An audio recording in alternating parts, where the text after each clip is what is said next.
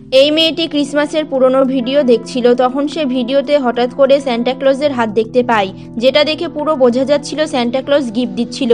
আর তখনই সে তার ভাইকে ডাকে আর ওই ভিডিওটা দেখায়। আর আজ ক্রিসমাস ছিল, যে কারণে তারা সান্টা ক্লজের ভিডিও বানানোর কথা ভাবে। মেয়েটা চিমনির সঙ্গে একটা সুতো বেঁধে একটা ঘন্টার সঙ্গে অ্যাটাচ করে দেয়। তারপর সে মেঝেতে পাউডার ছিটিয়ে দেয় যাতে তারা সান্টা ক্লজের পায়ের ছাপ দেখতে পায়। তারপর ছেলেটা দরজায় হাতল খুলে ওটার মধ্যে ক্যামেরা সেট করে দেয় সান্টা ক্লজকে দেখার জন্য।